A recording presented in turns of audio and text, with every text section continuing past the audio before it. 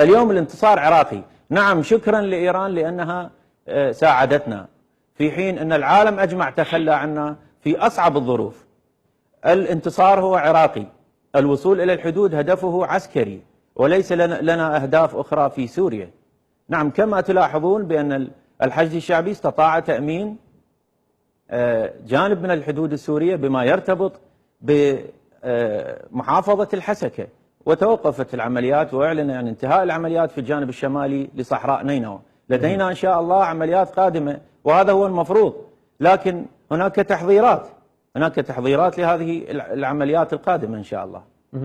ولكن سيد محمد أوقع معك بهذه النقطة، أنتم تشكرون إيران ولا تشكرون السعودية والأردن وحتى تركيا، علما أن تركيا دائما تبدي المساعدة العسكرية في محاربة داعش في المناطق التابعة لمحافظة نينوى. لماذا هذا الشكر تحديدا، وعلما أن العبادي يشكر دائما السعودية وكذلك الأردن وبقية الدول المجاورة للعراق؟ لما التناقض؟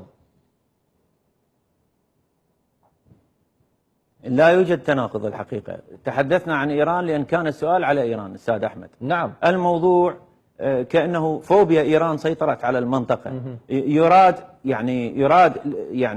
هذه الانتصارات أن تجهض بهذه الطريقة وبهذا التصوير. الانتصار عراقي.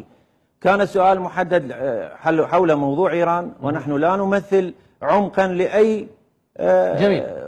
جهة إقليمية في المنطقة. نحن نمثل العراقيين وبدورنا كحشد شعبي ولأننا موجودون في الساحة العسكرية منذ سقوط الموصل ونحن في هذه الذكرى الآن.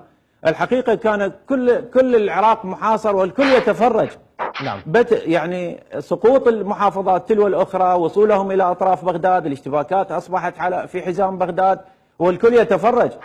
الحقيقة اليوم لا نستطيع أن نفصل الملف السياسي عن الملف العسكري. كانت هناك أهداف سياسية لهذا الانفجار الداعشي. نعم. وتوسعه في المناطق. اسمح لي أن تنتقل إلى